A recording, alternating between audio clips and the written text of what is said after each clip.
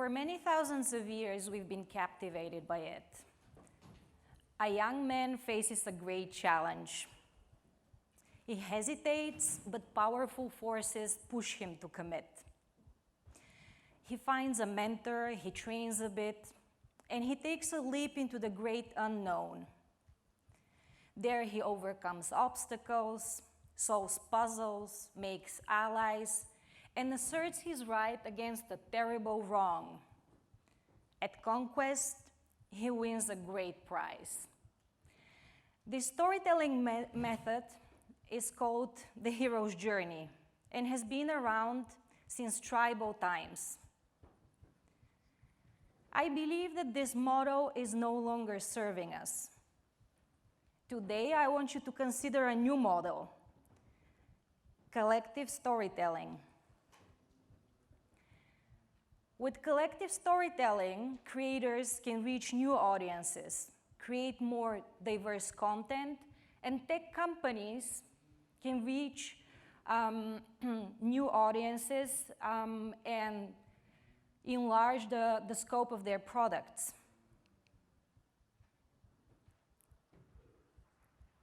Stories are powerful. They determine what actions we take. We get emotional, hence we take decisions. Stories have sparked crusades and revolutions. Stories are as powerful as it gets. The way we've engaged with narratives in the last couple of centuries tends to be through this very masculine model. The narratives tend to be driven on violence and aggression. And the hero needs to assert his right against a wrong, a terrible wrong.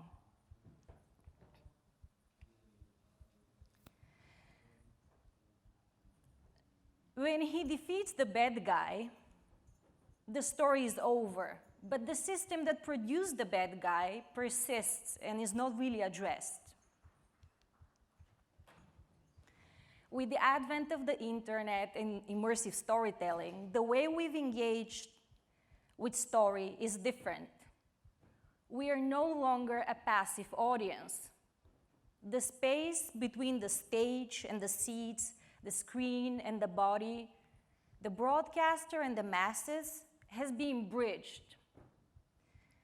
We have become participants.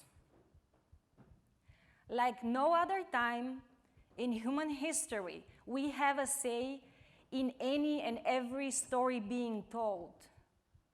We are more empowered than any common citizen who has lived before us. So how do we break out of this binary model of right against wrong? How do we move to a future where different people in different places can contribute to a story, just like a mosaic?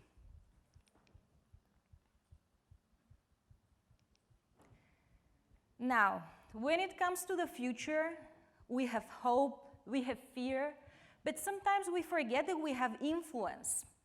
We can choose the futures that we want to work towards.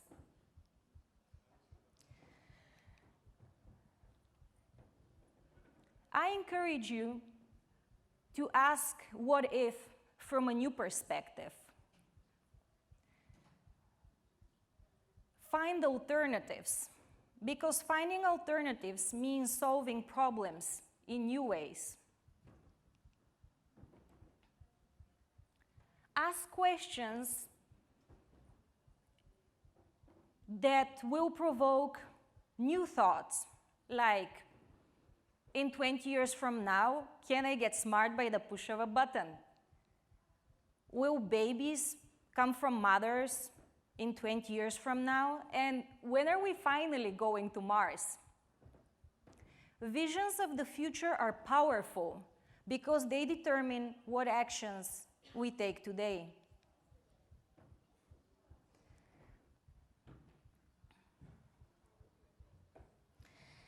Stories can open up new worlds.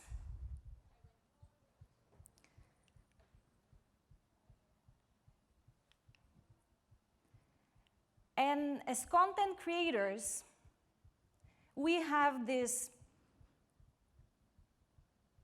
newfound power. It's proven that immersive storytelling can make people feel things. You put a headset on somebody, you show them something remotely emotional, and they will feel that emotion.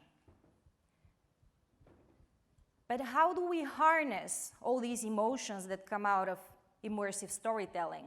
How do we move on from XR for good to XR for change?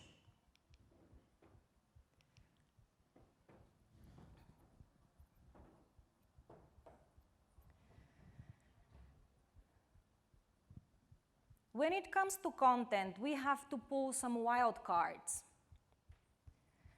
Work with new people.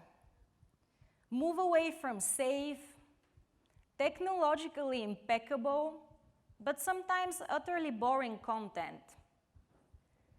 Work with new people.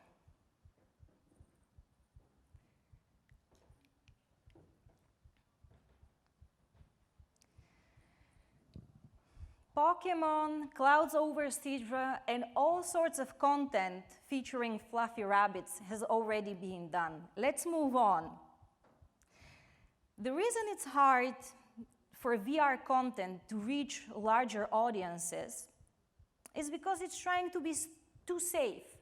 Tech companies are making headsets and they're trying to get artists to figure out what to do with it. What you end up having is something that tries to appeal to everyone, but ends up appealing to no one. People need something to engage with. Having more diverse appearances, experiences means having a more diverse and inclusive culture. And we find ourselves in one of those rare cases where market demand for more diversity squares with where we want to go as society.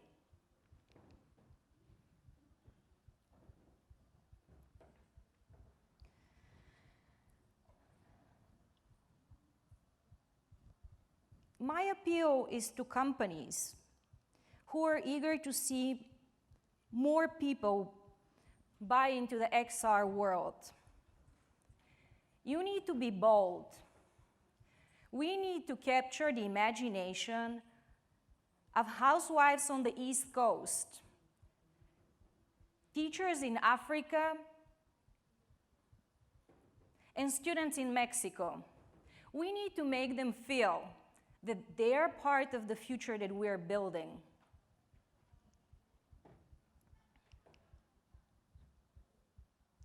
So how do we do that? We find new sources. Work with a Nigerian writer. Invite a Bulgarian animator.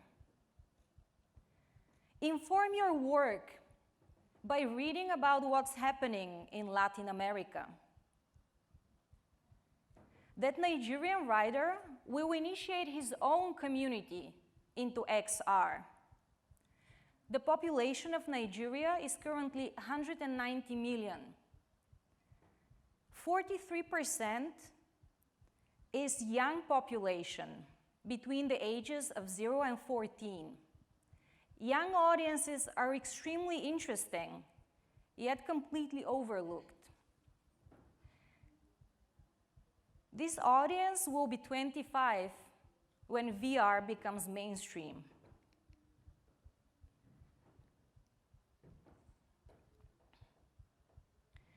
Another reason why XR content is not catching on with wider audiences is because it's not addressing the issues that occupy people's minds on a day-to-day basis. There's so much happening in the world right now. You can see this in politics, society, the environment.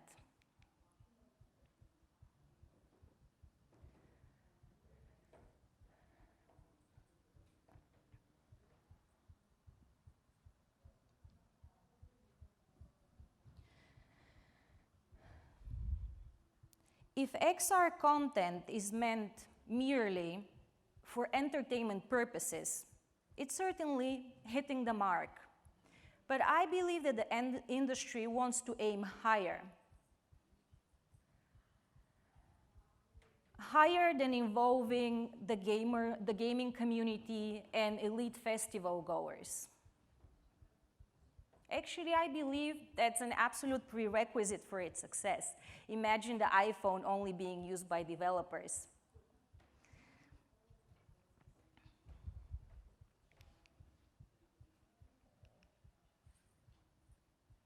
So how do we imagine the future? How we imagine the future depends on who's imagining it. Their language, culture, their history.